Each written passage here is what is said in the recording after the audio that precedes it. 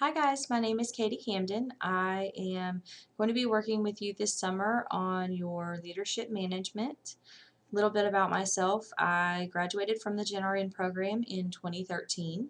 I have been working in the hospital ever since then, and in January I began working with the LPN students for clinicals here. Been begging for a job ever since I left, and I finally got one, so I'm very excited. I just graduated with my bachelor's last month, and I start on my master's for education in July. So very excited. It's going to be a great semester, and I look forward to working with y'all.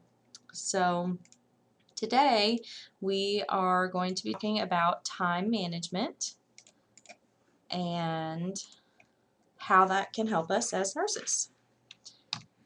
So, guys, how many of you feel like this little fella juggling all the clocks? I feel like this all the time.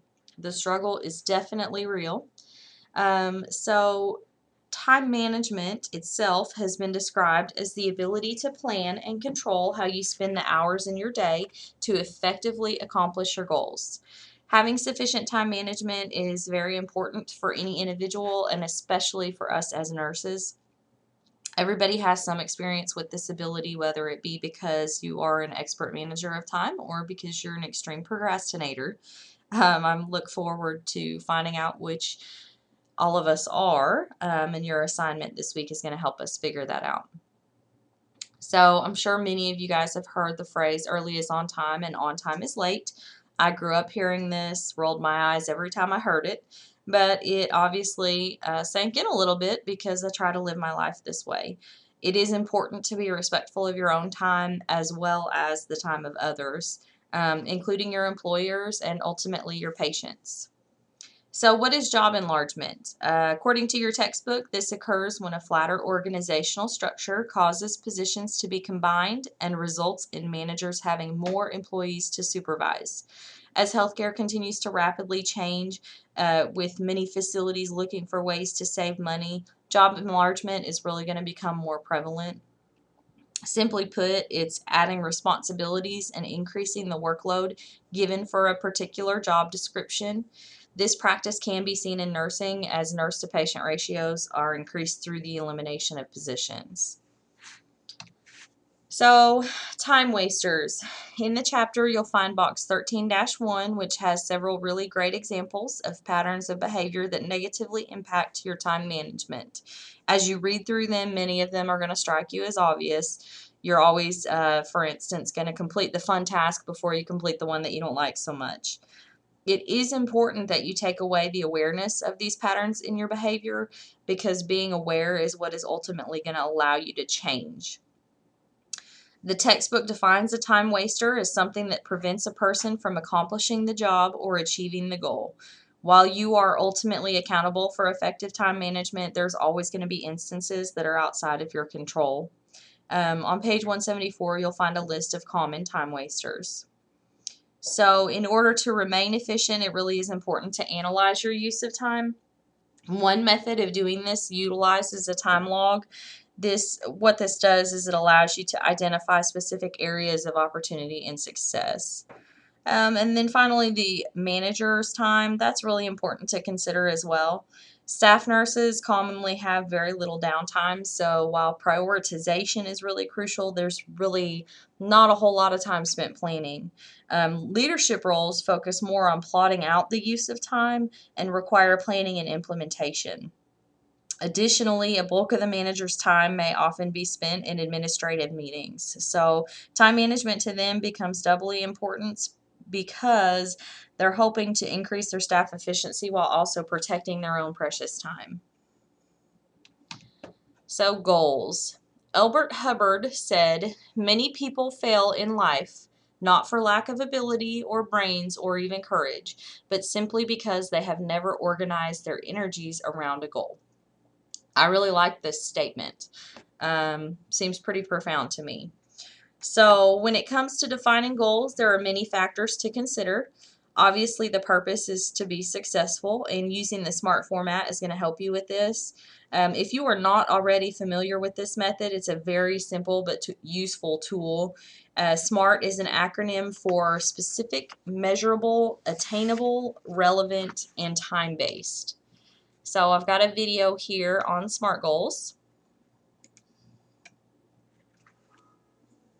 Regardless if it is professional or personal, we all struggle sometimes to achieve our goals. Many times our struggle is not because of a lack of effort, but rather how our goals have been structured. Anytime you set a goal or if you find yourself struggling while working towards a goal, keep in mind the word SMART. SMART is an acronym that can be used to help evaluate and add structure to your goals. SMART stands for specific, measurable, actionable, relevant, and time-bound. SMART begins with asking yourself the degree to which a goal is specific. This is arguably the most important part of establishing or evaluating a goal. The less specific a goal, the more difficult it is to determine how long the goal should take to complete or how to measure success.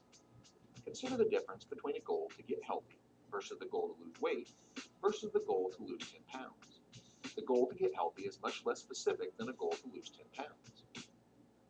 The next question to ask, how is the goal measured? What determines success? Some goals may be best measured by a simple yes or no, such as the goal of climbing to the top of a mountain, while other goals are better measured by using metrics such as the goal to lose 10 pounds. The key to measurement is making sure that in whatever way the goal is measured, it accurately reflects success. For instance, if you do not have access to a scale, then measuring weight loss will be difficult and less accurate. An alternative measure may be to track how many inches you have lost around the waist. But to what extent does this accurately reflect the goal? Without access to a reliable way of measuring weight, we may want to consider buying a scale or restructuring our goal. Actionable is not asking yes or no, but how will the goal be achieved? What is our action plan? Do we have the resources and capabilities required to achieve success? If not, what are we lacking? Well-designed goals provide clarity of action. If the actions required to achieve a goal are unclear or there are a large number of actions that need to be taken, we should consider breaking down the main goal into manageable, actionable sub-goals. In isolation, any single goal is relevant, but in life we most often are in the process of pursuing multiple goals. A common issue we face is having too many goals at the same time or pursuing the wrong goals. With this in mind, we need a mechanism to help us monitor our goals to make sure we are pursuing our most relevant goals at any given moment in time. One technique is to place goals in a matrix that looks at effort required versus perceived value of achieving the goal. Not always, but most of the time we will want to focus our energy on low effort, high value goals. Another technique is to use the Pareto principle, also known as the 80-20 rule. Ask, which are the 20% of goals that will provide me with 80% of my return? The last thing we want to make sure is that goals are time-bound. By including a specific date by which a goal should be accomplished, it helps provide incentive and allows us to monitor progress. Consider the difference between the goal to lose 10 pounds and the goal to lose 10 pounds in 10 weeks. Simply by including an element of time, we can now calculate how much we should be losing each week, and if after 5 weeks we have only lost 1 pound, we can revisit our action plan. Be wary of any goal that is open-ended, such as the common goal to learn a foreign language. Last, it is important to reinforce that goal setting is not an event. It is an ongoing process of action, evaluation, and revision. It is not about lowering goals or standards to ensure success. It is about recognizing goals are dynamic because life is dynamic. We do not live in a static world. Life happens. A goal that is relevant today may be irrelevant tomorrow. When using SMART, stay flexible and motivated by setting aside time to reevaluate your goals on a regular basis. All right, so that went a little bit into the SMART goals. Now for setting goals, I'm sure you guys are wondering how this pertains to you. As nurses, we are required to set goals for our patients through the use of care plans. Really, the problem is that these goals do not focus on how much we have to achieve. As goals are essential to effective time management, I hope you guys are starting to make the connection between why SMART goals are important to you. Remember to consider delegation.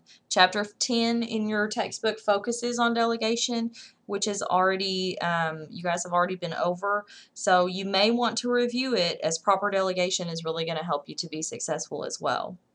The first step in setting goals is prioritizing. First, determine what must be done, what should be done if possible, and what could be done in spare time. You can then further categorize these items based on urgency and importance. Table 13-1 in your textbook demonstrates this.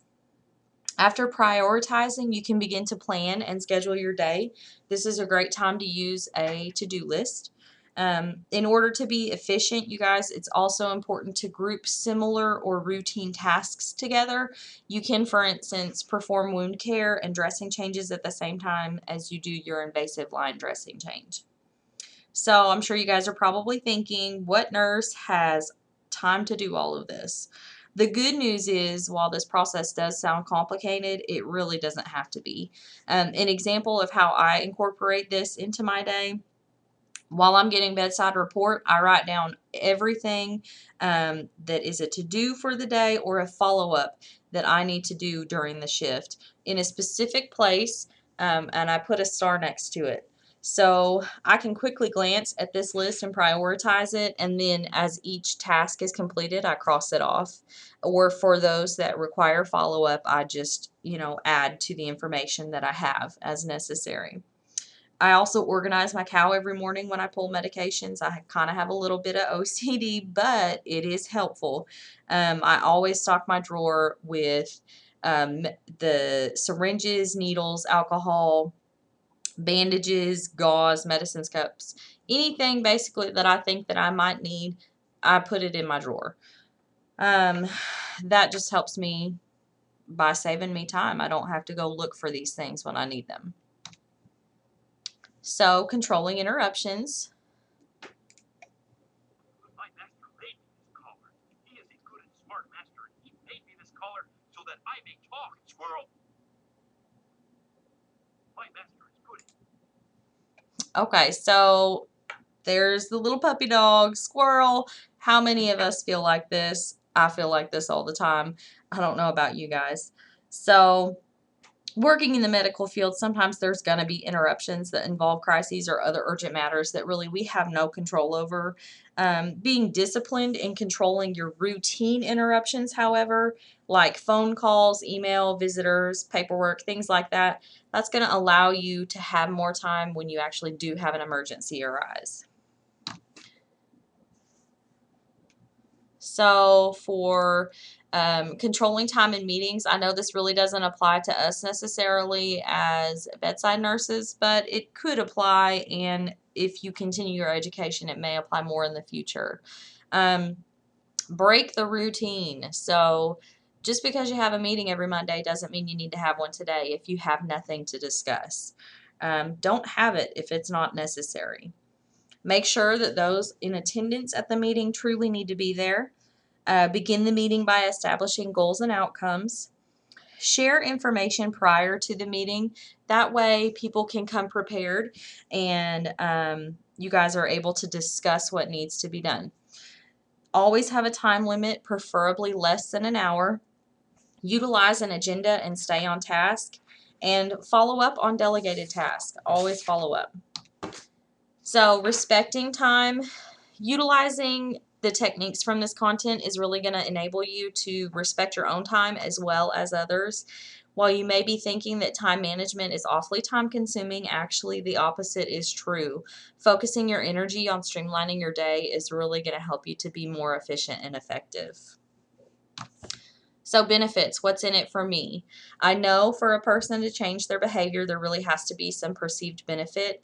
The great news is there are several benefits to managing time. This includes stress reduction, improved efficiency, productivity.